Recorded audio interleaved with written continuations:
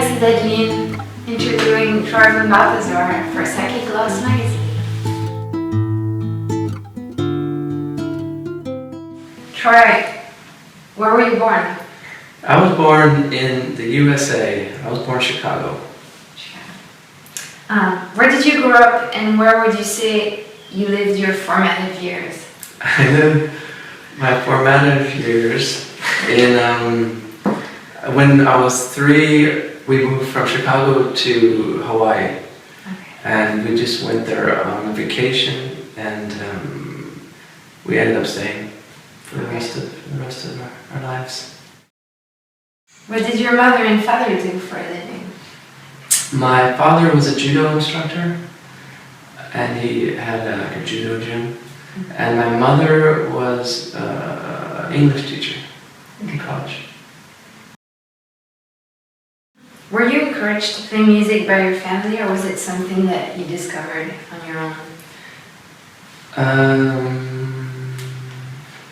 I used to play football, American football, when I was in Hawaii, and I was the guy, the quarterback would throw the ball, and I'd be the guy who caught the ball. I was the wide receiver, they call it. And the coach used to always yell at me because I had like long fingers, and he said, "You have guitar hands. You don't have football hands. Get in the back of the line, you dirty little guy." I always had mud on my face. And he would yell at me all the time, but I was good at catching the ball, but they used to think, they said I had like piano hands or guitar hands, and that was my only encouragement. Some weird football coach yelling at me, but it worked. What was the first album you remember hearing as a child that influenced you? I remember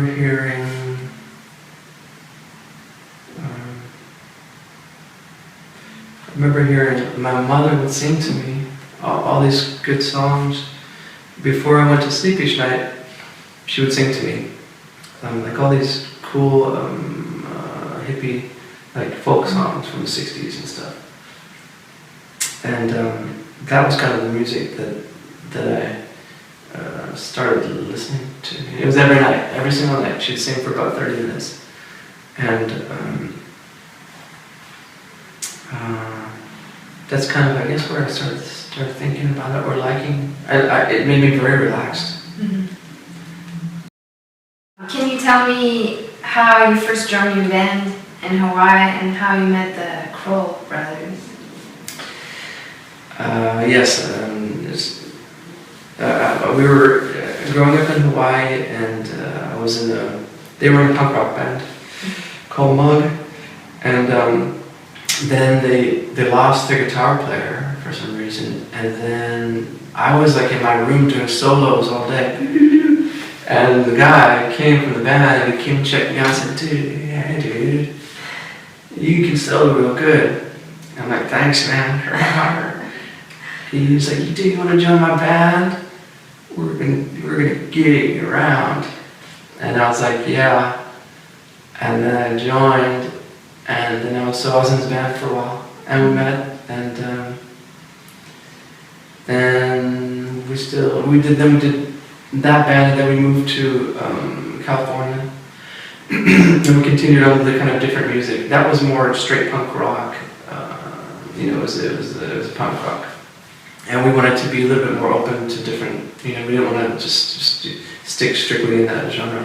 So we just kind of had no rules, music. And it turned out to be what was Dale into Chokbore. Before you started writing lyrics and singing, did you always keep a journal or write poetry or stories? No. Okay. No, I never liked journals because every time I tried to read them back, I just sounded like such a douche, Yeah. I could never read them back, and so I thought this is worthless because I'm always going to try to read it, and the only reason to keep it is to read it again. But I hate the way I sound, so I never kept a journal. Okay. I just started writing to make something for a song. For music. Yeah. Do you still have writings from when? Oh wait, no, you weren't. Well, I have the old lyrics that I first wrote. Right. Yeah. Yeah, they're real bad. Real bad. It's not something, unless you're a genius, it's not something that is just there already. Yeah. It's more of a craft, you have to kind of work on it. Yeah. Are there certain themes that you see yourself going back to again and again in your writing? Yeah, I think so. I think I go back to right now, you mean, or over the years? Yeah, in general. I mean, right now, I'll go from now and I'll go backwards. But from right now, my themes that I'm writing about are kind of about alienation in a very modern world. And before it was more, so it was very singular, the stuff I'm writing about. One person's view of all these objects. Before it was more, before that I had a slightly more romantic phase, where I talked a little bit about, romance and describing the joys of romance and all that stuff. And then before that, I talked about probably eels and centipedes and stuff like that. It was more, before that it was more like psychedelic imagery, I think. For me it was psychedelic imagery, yeah. Was it like automatic writing? No, it all made sense to me. Yeah. I mean, I just thought, eels on the balcony, or something that's like a Tokor lyric, and what the hell is that, eels on the balcony? It's just something that I like to write. It just, eels on the balcony, to me that was intense, but it was a very psychedelic image. Even in my mind, it's crazy, eels like looking down are crazy, oppression, feeling of oppression. But I think I've gone past that. It's just this total kind of random, almost nonsensical psychedelic imagery. Although at the time it made sense to me, and it was real. I couldn't have done anything different than that at the time. I didn't have the capacity to. But now it is more realist. The sentences make sense, but they still could be talking about an eel, but he wouldn't be on the balcony, he'd be in the water swimming around with his friend. Your first book of poetry, Three Girls, can you tell me what some of the main themes of those poems are? What was going on in your life at the time? That was what was going on in my life at the time. I was traveling through Europe a lot and experiencing all these new cultures and new people. And I was traveling as a musician, so I was experiencing a lot of encounters with people, and it's really about that. It's about going to this. So me, when I first went to Europe, it was so incredible. I loved it. It was just this whole other world that was just much more honest and more open and less rules. There are a lot less rules there than here. Than growing up in America, there's a lot of rules. People make a lot of laws about everything. Over there was less. There was 2 to every 10 here or something. And you could feel that in the people, in the culture, just when you walk down the street. And I really liked it. And I'm not a crazy person who carries a knife and runs around naked and kills people, or hurts people or anything. But I just don't, and so I guess these laws are made for those crazy people, even though there's only a small percentage, I think, Here's something. I spent some time in Berlin. In Berlin, there's a park right near where I live, and at nighttime, there's people go into the park. Well, the people are there all day, and at night they have bonfires and they're drinking, and it is crowded at night. I mean, it's kids, young people. But there's no rule that you have to leave at 9 o'clock. Mm-hmm. There's no policemen that are going through with a flashlight, with guns going, it's 9:30, are you smoking grass? Are you drinking? Never. So I live right near there, and I hear these people screaming in the middle of the night, having so much fun. And people aren't getting killed, people aren't getting beat up, people aren't getting raped. People are generally just drinking and doing what they want to do and having a good time. And there doesn't need to be this police. Because I think that, and it just shows, it's a very small example, but it shows that I think in general, you don't need to have a society that does that assumes that you're bad. So, assumes that you're going to do something bad, so they make a law against it, so you can't do it. You can't walk down the street holding beer, because if you do that, there's going to be chaos and you're going to hurt somebody, which is not true. It's not true, and you see that. So for me, when I go to Europe, I notice that difference, and I enjoy that difference a lot.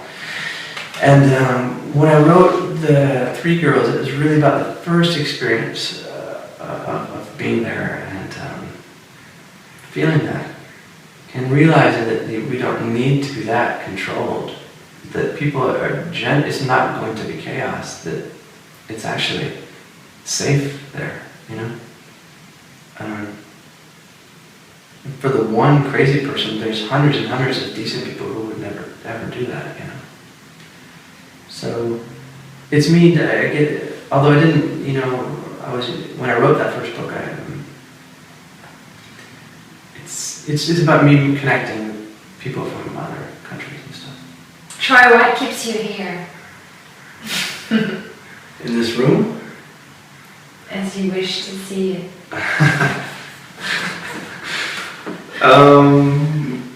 Okay, I wish to see it. What keeps me here alive on the planet? What keeps me alive is the thought that I will probably read some nice books in the next year, and I'll probably, drink a big beer when I go back to Berlin. One of those big ones they have there. That would be nice. And I'll probably, I want to continue writing my next album. That keeps me here. And what else? Maybe I'll fall in love. Move to Alaska with my new wife. Okay. What is the best dream you remember? I remember my dreams every night. You want to describe my dream?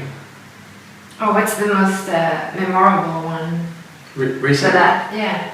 I dream every night. I dream about the sea, about the ocean, and a lot of times I see the waves. I always go back to the same beaches in my mind. They don't exist in reality, but in my mind I go back to the same ones, and they're always there.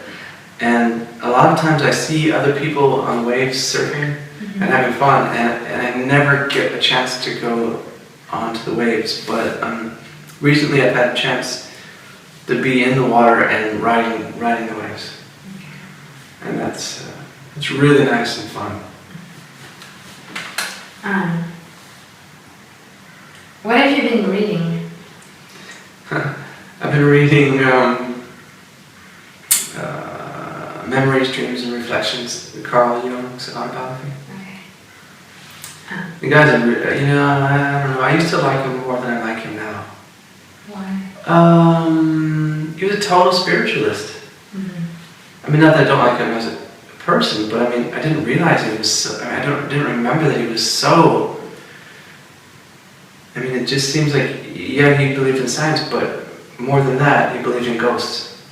Mm-hmm. More than he believed, I mean, I don't know. It's cool. I mean, I don't dislike him for believing in ghosts, but a lot of the book is about this. If you're interested in that, it's a good book. Mm-hmm. Do you have any new Troy von Balthazar music coming out soon? Yeah, I'm writing an album right now. I've recorded about 4 or 5 songs, and I've written probably 8 or 9 songs. This one has been especially hard though,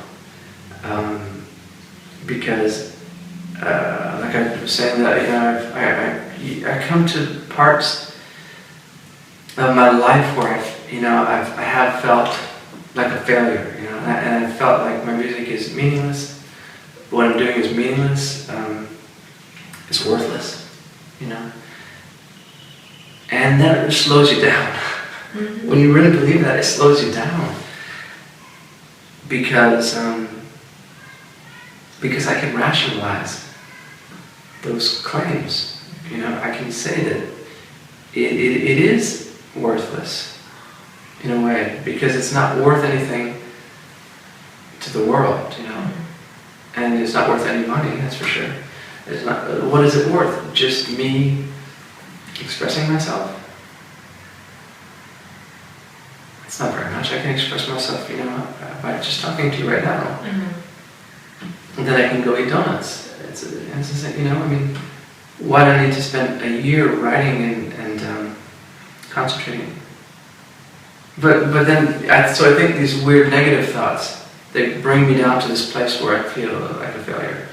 Then I have to remind myself that, you know, you're alive, and that it's just time that I'm spending on the planet, and I might as well do music because I'm interested in music, and I do want to make a beautiful song all the time, and I do want to make a beautiful album all the time, a powerful album, and it's what I want more than everything else, so I keep trying to do it. And what was the question? If you had any of your solo music coming out. That's the question? That was the question. Holy crap. But that you were writing right now. Oh yes, that's the question. Yeah. I mean, that's the answer. Yes. Yeah. Are you planning on doing more releases with Churchboard after the EP that you did together? I don't know. Yeah. Yeah. We just did a tour. We just re-released the first 2 albums onto vinyl in Europe, and we did a tour for that release in Europe. And it was, I enjoyed playing the music, but you know, we spent a lot of years together in a van, living in a van, and so now it's a little hard to hang out too much, you know, and also, you know, musically I've grown to another place, and the other guys in the band have musically grown to another place, so we're not the same. You know, I can't write the same kind of song that I could write back then. I don't want to. So it's a little harder. It takes more time to get back. You know, and they have they're busy lives, and so I don't know. See what happens. What are the names of the films that you worked on scores for? I worked on a score for a German film called This Ain't California. Okay. It was this kind of a film about the East and the West, the wall, and skateboarders on the eastern side of the wall, and then when it came down, what happened and stuff. It's pretty cool. It's a cool, fun film. And then I worked on music for a French film called Pieces of Me. It stars the girl from that color blue. Blue is the warmest Blue color. is the warmest color. Mm-hmm. This girl, Andrea Dottis, or whatever her name is, she's in that, and I did music for that film. So it's the film right before the giant film, you know. And I also did music for another French film called some French words. Can't remember. Other things. Would you one day like to make your own film as a screenwriter or director? Or would you prefer to act in a film if there was an interesting story you related to? If I had to choose any of those 3 jobs, I would choose acting, yeah. Yeah. Sure. Awesome. What kind of character would you? Oh, I could do all different characters. I just think that'd be the easiest job. And that's the job where you go in there, do some more. I know it's hard if you want to be a good actor because you have to concentrate and really get into it. But if you want to be a bad actor, it's just the best job because you just do some hello, and then you go and eat a sandwich because they have this big table filled with sandwiches, and and you're eating sandwiches on the side. Your new book of poetry is called "This Poem Does Not Please Her." Can you tell me what some of the main themes of those poems are? What was going on in your life at this time? And was there a certain main inspiration in this book? This book, I was writing it for about a single person in the beginning. I was writing it about a woman, a woman, and it was all about her, describing this person. And in the end, I ended up cutting out everything about that person. So it was just the other parts that were just going to be between this description of this person. And in the end, I kind of realized that I don't want to write about that person, so I took out all of those parts, and I was just left with this kind of random, poetry. It's like prose poetry. And I have all this writing about this person, and she's a woman who really interests me. I don't know why.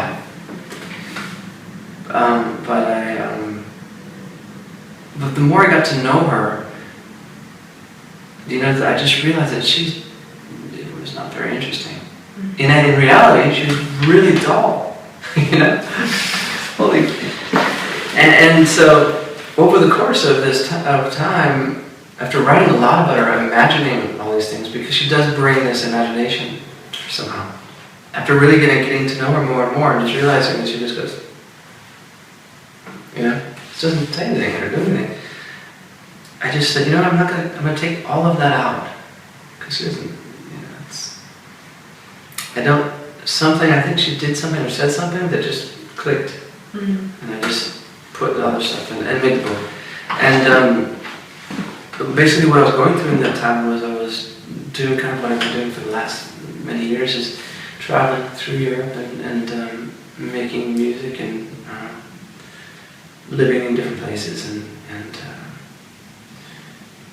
I even just kind of isolating on the other side of the world. That's when I go to Europe, I feel like I'm cutting off the top, cables. There's like these strings that people have to their surroundings, and I'm cutting all the strings. And I go there, and I live in Berlin, and I hardly know anybody. I just kind of stay by myself, and I walk down the street and buy bread and come back, so I feel very isolated, especially because Berlin is almost the other side of the world from Hawaii, where I come from. So it's like running to the other side of the world and hiding, And I don't know why I want to do that, but I want to do that right now. I feel like running and hiding. I remember being in a cafe in, I think it was in France somewhere. And the first time we went there, it was the middle of the day and lunch hour. There were a lot of people in this room, all these old men, and everybody started talking at the same time. And I realized that I couldn't understand any words at all. It was just this random kind of like roaring murmur noise, But to me, it was just really beautiful because I wasn't attached to any of it. It didn't disturb me at all. It was very relaxing, and it sounded like birds, or animals in a zoo, or it sounded nice. It was a nice sound. if I was here in America and it was that much noise and people talking, I would be connected to all the different conversations because I could understand them, you know. And I would realize that the people are just talking about normal things and it'd be really boring. But for me at that moment, being in France and hearing that, I realized, wow, I can just write right now. This feels great. I wasn't connected, and I said, I want to live in a country and not learn the language and just isolate, you know, and just disconnect. So it's something you like to do is being alone and cut from the world? Yeah. Yeah. I like to be alone and cut from the world and just be walking down the street somewhere on the other side of the world, alone, looking at the shops or at the houses and just saying, whoa. You know, I don't know anyone. There's no protection. There's no connection.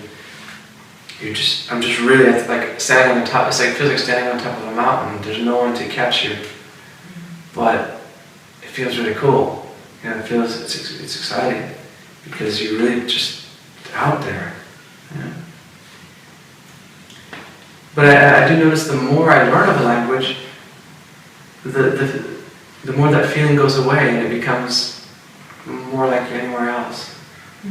It flattens out and it's less magical. So I don't want to learn any more of any other language. I like that feeling of just being, you know, just kind of on a high alert and lost. Well, thank you so much, Troy. It's my pleasure. Thank you for having me Thank you so much. on Psychic Glass TV. Well, thank you, Troy, so much. Thank you for having me. It's been wonderful to talk to you today.